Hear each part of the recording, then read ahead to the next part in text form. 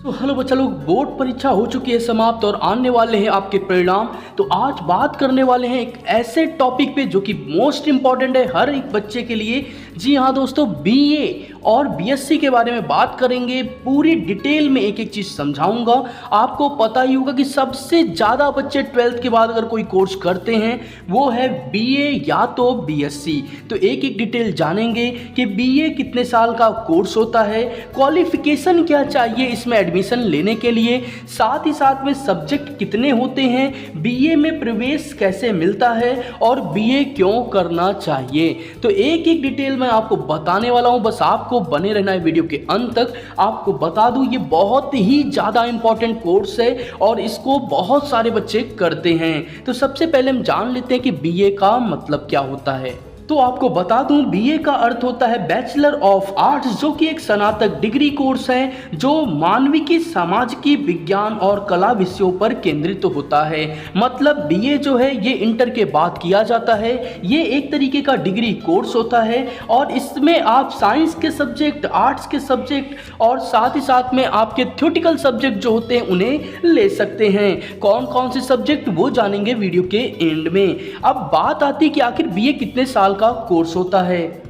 तो आपको बता दूं बीए जो होता है वो आमतौर पे 3 साल का कोर्स होता है, लेकिन 2022 में एनईपी यानी कि न्यू एजुकेशन पॉलिसी आने के कारण इसको 4 साल का कर दिया गया है, जिसमें 3 साल जो है आपके बीए के होंगे और 1 साल आपके जो होंगे वो मास्टर डिग्री के होंगे। तो टोटल 4 साल का कोर्स हो गया है और जहाँ पे अभी भी एनईपी लागू नहीं है वहाँ पे ये 3 साल का कोर्स होता है। अब बच्चों के मन में बहुत बड़ी बात आती है कि आखिर इसके लिए क्वालिफिकेशन क्या चाहिए, कैसे एडमिशन ले सकते हैं। तो आपको बता दूं कि बीए के कोर्स के लिए अगर आपको एडमिशन लेना है तो किसी भी मान्यता प्राप्त बोर्ड से आपको 10+2 यानी कि 12वीं की परीक्षा उत्तीर्ण करनी होगी और इसमें मिनिमम 50% रखा जाता है, लेकिन इसके नीचे भी मार्क्स है तो आपके एडमिशन हो जाते हैं। सब्जेक्ट पे जाने से पहले आपको एक और क्वेश्चन का जवाब दे देता हूँ कि आखिर फीस कितनी है। तो आपको बता दूं 3,500 से लेकर के 5,000 के बीच में बीए की फीस होती है।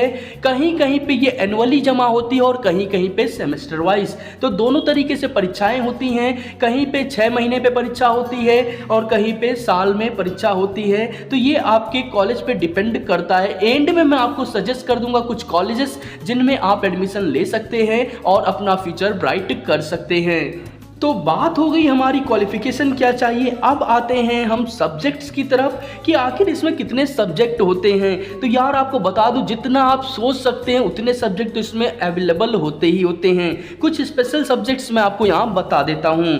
बीए जो है आपको पता है बैचलर ऑफ आर्ट्स में कई विषय होते हैं, जिनमें मुख्य जो लोकप्रिय विषय है वो इतिहास यानी कि हिस्ट्री, अर्थशास्त्र यानी कि इकोनॉमिक्स, अंग्रेजी यानी कि इंग्लिश, मनोविज्ञान यानी कि साइकोलॉजी, समाजशास्त्र यानी कि सोशियोलॉजी और अन्य भाषाएं इसमें शामिल हैं। तो भाषाओं में आपको बता दूं बंगला, उर्दू, अरबी ये सारी आपकी एक तरीके से भाषाएं हैं और इनको भी आपको बीए में पढ़ाया जाता है। तो ये बात हो गई हमारे कुछ मेन सब्जेक्ट की। अब बात कर लेते हैं ऐसे सब्जेक्ट की जो मेन के अलावा भी हैं लेकिन बहुत ही ज़्यादा इंपॉर्टेंट हैं। जी हाँ, इतिहास मैंने आपको बताया, हिस्ट्री, अर्थशास्त्र मैंने आपको बताया, इकोनॉमिक्स, अंग्रेजी मैंने आपको इंग्लिश, मनोविज्ञान यानी साइकोलॉजी, समाजशास्त्र यानी कि सोशियोलॉजी, भाषाएं मतलब कि लैंग्वेजेस, राजनीति विज्ञान यानी पॉलिटिकल साइंस, कानून लॉ, कंप्यूटर विज्ञान यानी कंप्यूटर साइंस, पर्यावरण अध्ययन यानी कि एनवायरमेंटल साइंस। ऐसे बहुत सारे सब्जेक्ट्स होते हैं जो कि आप बीए में लेकर के अपनी पढ़ाई आगे कर सकते हैं।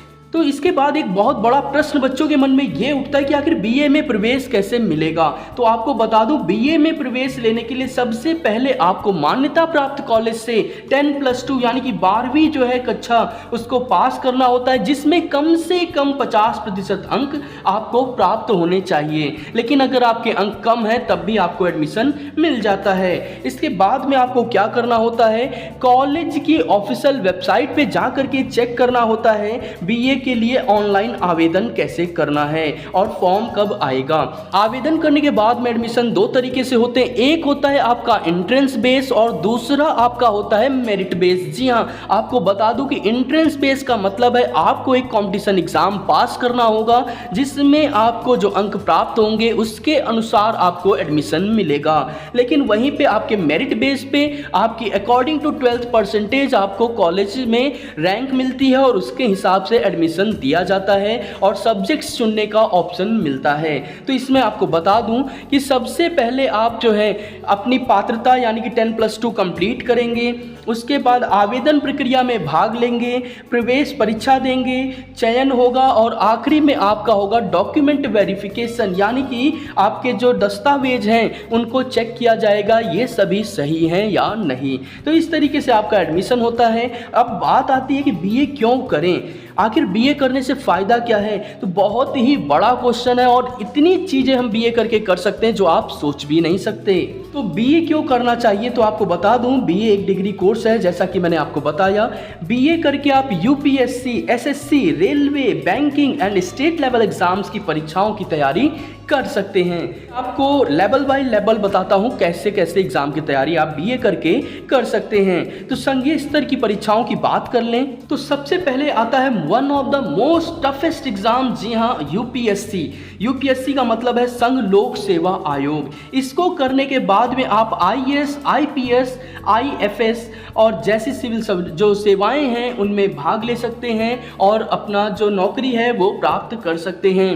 वहीं बात करें अगर कर्मचारी चयन आयोग की यानी एसएससी की, तो आपको बता दूं कि एसएससी सीजीएल, एसएससी सीएचएसएल जैसी परीक्षाओं के माध्यम से आप विभिन्न सरकारी जो नौकरियां हैं उनको प्राप्त कर सकते हैं। इसके बाद में बात आती है कि रेलवे भर्ती बोर्ड यानी आरआरबी। तो आपको पता है कि रेलवे में group D, group A, group B करके बहुत सारी जॉब जो है वो निकलती रहती हैं। तो बीए करके आप उन सभी परीक्षाओं में भाग लेने के लिए हो जाते हैं पूरी तरीके से एलिजिबल और प्राप्त कर सकते हैं रेलवे में शानदार नौकरी। इसके बाद बात आती है आरबीआई यानी कि reserve bank of India, Hindi में कहें तो भारतीय रिजर्व बैंक। आरबीआई में आपको ग्रेड बी और सहायक पदों के लिए जो बहुत सारी पोस्ट निकलती हैं उनके लिए भी आप आवेदन कर सकते हैं। तो ये बात हो गई हमारी संघीय स्तर की परीक्षाओं की। अब बात करते हैं राज्य स्तर की परीक्षाओं की।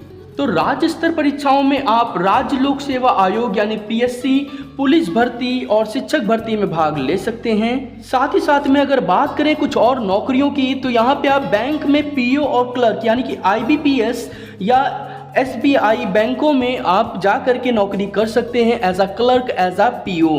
और वहीं बात करें अगर और जॉब्स की, तो यहाँ पे आपको भारतीय डाक विभाग यानी कि ग्रामीण डाक सेवा जीडीएस जैसे पदों के लिए भी आप आवेदन कर सकते हैं और परीक्षा के माध्यम से आप उसमें चयनित हो सकते हैं। और इसी के साथ में आप डिफेंस लाइन में जाना चाहें तो आप एनडीए, सीडीएस, एफकैट जैसी परीक्षाओं को दे करके उसमें भी सिलेक्शन ले सकते हैं। तो ये है हमारी बीए की सारी जानकारी। बीए एक ऐसा कोर्स है जिसको करने के बाद में आप बहुत सारे पदों के लिए आवेदन कर सकते हैं और साथ ही साथ में टीचर तो आपके लिए है ही। जी हाँ, बीए के बाद बीएड करके आप किसी भी स्कूल में जा करके माध्यमिक शिक्षा परिषद के जो बच्चे होते हैं यानी कि 10+2 लेवल तक के बच्चों को पढ़ाने के लिए एलिजिबल हो जाते हैं। तो हमारी वीडियो कैसी लगी कमेंट करके बताएं। साथ ही हमारे चैनल को सब्सक्राइब करना, वीडियो को लाइक करना और शेयर करना ना भूलें। मिलते हैं एक और शानदार वीडियो के साथ जिसमें मैं आपको बीएससी के बारे में पूरी डिटेल बताने वाला हूं और आपको बीए या बीएससी में क्या करना चाहिए आप डिसाइड कर सकते हैं। और बात की थी मैंने कुछ कॉलेजेस को सजेस्ट करने की, तो अगर आप लखनऊ से हैं तो लखनऊ में तो सबसे पहले आप करिए लखनऊ यूनिवर्सिटी के लिए ट्राई, और अगर नहीं होता है तो आपको मिलते हैं केकेसी, केकेवी, नवयुग और साथ ही साथ में नेशनल पीजी और इस तरीके से बहुत सारे कॉलेजेस हैं जिनमें आप अप्लाई कर सकते हैं।